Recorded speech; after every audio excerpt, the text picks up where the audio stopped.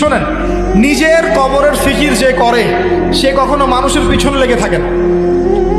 আমরা নিজের কবরের ফিকির করি আগে।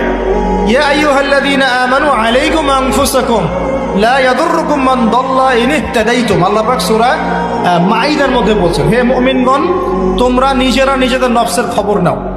যারা পথভ্রষ্ট হয়ে যাচ্ছে ওদের পথভ্রষ্টতা তোমাদের ক্ষতি করবে না যদি তোমরা হেদায়েতের উপর থাকো। আমি কবরে যাব, আমাকে 3টা প্রশ্ন করা হবে, আমি কি উত্তর দিব? আমি কি জান্নাতের সার্টিফিকেট পেয়ে গেছি? আমার পিছনে কি জান্নাতের সিল লাগানো হয়ে গেছে? তাহলে আমি কেন আরেক ভাইয়ের নামাজ নিয়ে কটাক্ষ করি? আমি কেন আরেক ভাইয়ের অমুক নিয়ে কটাক্ষ করি, অমুক মাদ্রাসা নিয়ে কটাক্ষ করি, অমুক ব্যক্তিত্বকে নিয়ে কটাক্ষ করি, অমুক আলেমকে নিয়ে কটাক্ষ? কেন আমি করতে যাবো কেন? এমন তো হতে পারে সে ব্যক্তি আমার আগে জান্নাতে চলে গেছে, আমি পড়ে গেছি পিছনে, হতে পারে না? হতে পারে কি না? এমন তো হতে পারে আমি সবার শেষে জান্নাতে যাচ্ছি খুঁড়ায় খুঁড়ায়, আর এই মানুষগুলো আমার আগেই জান্নাতে সব চলে গেছে, হতে পারে কি না?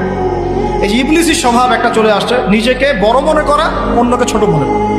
এই কাজ করতে গিয়ে আমরা কিন্তু ঐক্য নষ্ট করে ফেলছি। প্রিয় ভাইরা, সমালোচনার সংস্কৃতি বন্ধ করে ভালোর চর্চা করুন, হৃদ্যতা বাড়ান, আমল বাড়িয়ে দেন, নিজের কবরের ফিকির করি, নিজের কবরের ফিকির করি। 30 বছর চলে গেল, কয় ওয়াক্ত নামাজ পড়েছি, কয়টা সূরা শিখলাম, কয়টা হাদিস শিখলাম, হ্যাঁ, কয়দিন মানুষকে দাওয়াত দিলাম, কয়দিন আমি তাবলীগের মেহনত করলাম।